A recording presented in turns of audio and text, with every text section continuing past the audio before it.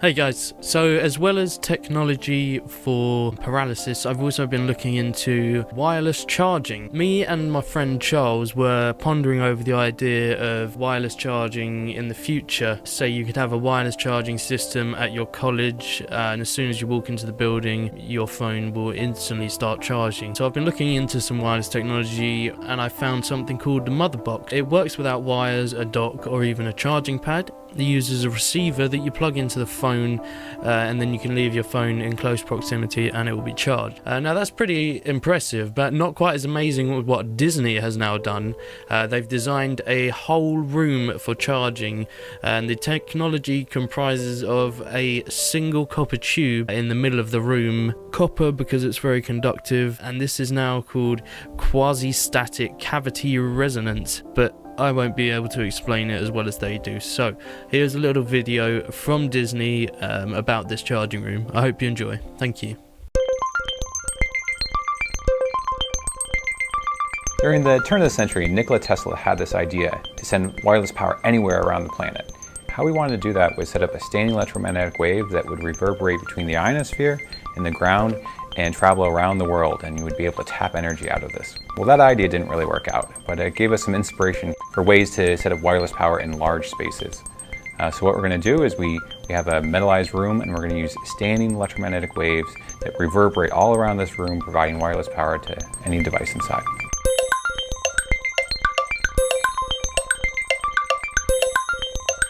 There are a variety of forms of wireless recharging. One of them is rechargeable toothbrushes, where you have your toothbrushes placed in a little charging cradle and it provides one dimension of charging.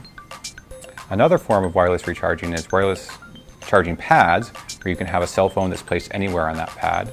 But what we really want is a three-dimensional charging experience where you walk into your living room or office and your cell phone is charged simply by walking in.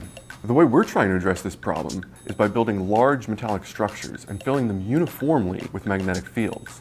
From these magnetic fields, we can couple power out to specially designed receivers. So the room that we've constructed is your standard rectangular type of room, except that the wall, ceiling, and floor are all made from aluminum panels.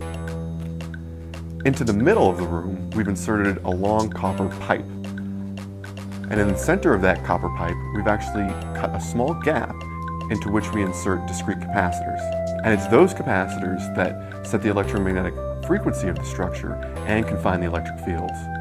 Since magnetic fields don't interact strongly with everyday objects, we're able to place tables and chairs and everyday furniture in our wireless power room without affecting power transfer.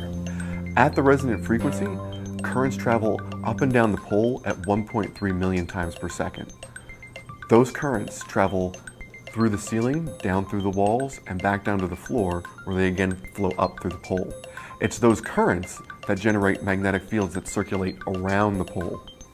One of the remarkable things about this room is that with the appropriate receiver design, we can actually power many devices simultaneously.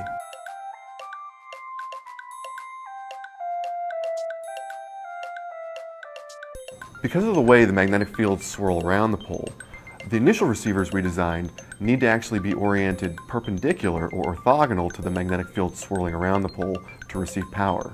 If they're oriented parallel, they receive no power. To gain orientation independence, we took 3 coils and put them into a 3-coil orthogonal system such that at any orientation we can receive power. In this work, we're demonstrating room-scale wireless power, but there's no reason we couldn't shrink this down to the size of a toy box or a charging chest, or scale it up to a warehouse or a large building.